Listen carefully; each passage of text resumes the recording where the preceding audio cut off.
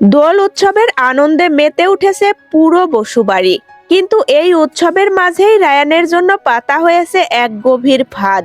রায়ানের শরবতে বিশেষ কিছু মিশিয়ে দেওয়ার শখ কষেছে দাদু, কিন্তু সেই শরবত শেষ পর্যন্ত কে খেলো?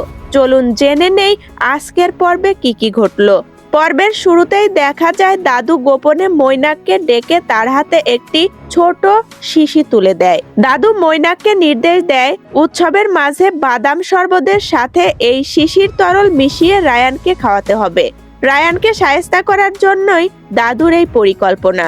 সে মৈনাককে কড়াভাবে সতর্ক করে দেয় এই বিশেষ শরবত যেন রায়ান ছাড়া পরিবারের অন্য কেউ না খায়। নির্দেশ মতো মৈনাক অত্যন্ত ভয়ের সাথে শরবতের হাঁড়িতে ওই তরলটি মিশিয়ে দেয়। অন্যদিকে তখন বসুবাড়িতে চলছে হোলির উৎসব। রায়ান এবং পরিবারের অন্যান্যরা একে অপরকে রং মাখিয়ে আনন্দ মেতে আছে। রায়ান তার ভালোবাসার মানুষকে রং মাখায়। সবার মধ্যে আনন্দ ঘন মুহূর্ত তৈরি হয়। কিন্তু আসল ঝামেলা শুরু হয় শরবত বিতরণের সময়।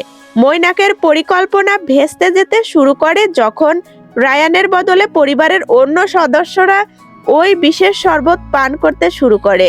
পরিস্থিতি নিজের নিয়ন্ত্রণের বাইরে চলে যাচ্ছে দেখে মৈনাক আতঙ্কিত হয়ে পড়ে।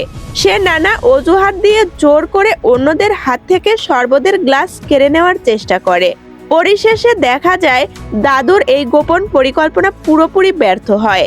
মৈনাক নিরুপায় হয়ে দাদুর কাছে এসে ক্ষমা চায়। দাদু প্রচন্ড ক্ষোভে ফেটে পড়ে এবং স্বীকার করে যে সে মেয়েটিকে একদমই পছন্দ করে না।